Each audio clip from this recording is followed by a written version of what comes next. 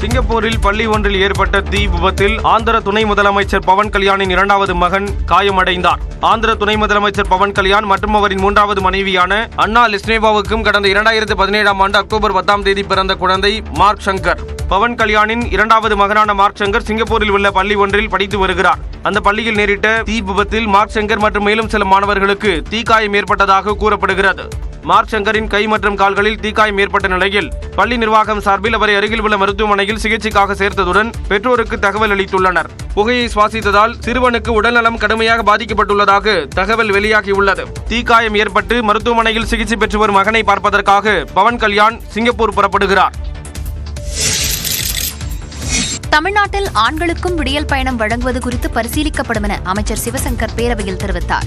சட்டப்பேரவையில் கேள்வி நேரத்தின் போது பேசிய திருவாடானை சட்டமன்ற உறுப்பினர் கருமாணிக்கம் ஆண்களுக்கும் விடியல் பயணம் அளிக்கப்படுமா என்று கேள்வி எழுப்பினார்.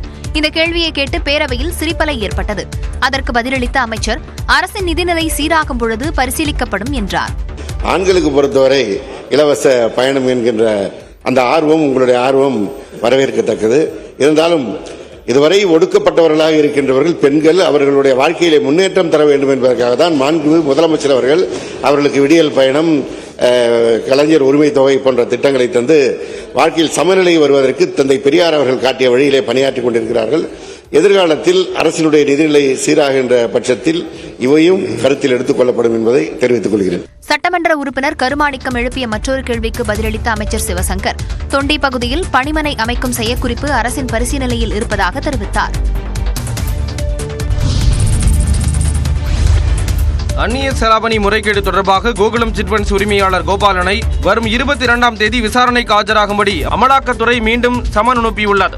எம்புரான் பட தயாரிப்பாளர்களில் ஒருவரான கோகுலம் கோபாலன் சிட்பண்ட்ஸ் மற்றும் பட தயாரிப்பு தொழிலிலும் ஈடுபட்டு வருகிறார். அண்மையில் அவருக்கு சொந்தமான சென்னை மற்றும் கேரளாவில் உள்ள கோகுலம் சிட்பண்ட்ஸ் நிறுவனத்தில் நடந்த அமலாக்கத்துறை சோதனையில் 1.5 கோடி ரூபாய் ரொக்கம் பறிமுதல் செய்யப்பட்டது.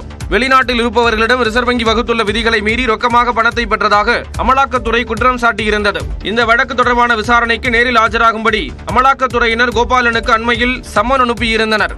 அதன்படி கொச்சியில் உள்ள அமலாக்கத்துறை அலுவலகத்தில் கோபாலன் நேற்று நேரில் ஆஜரானார். அவரிடம் 6 மணி நேரம் விசாரணை நடத்திய அமலாக்கத்துறையினர் அவரது வாக்குமூலத்தை பதிவு செய்து கொண்டனர்.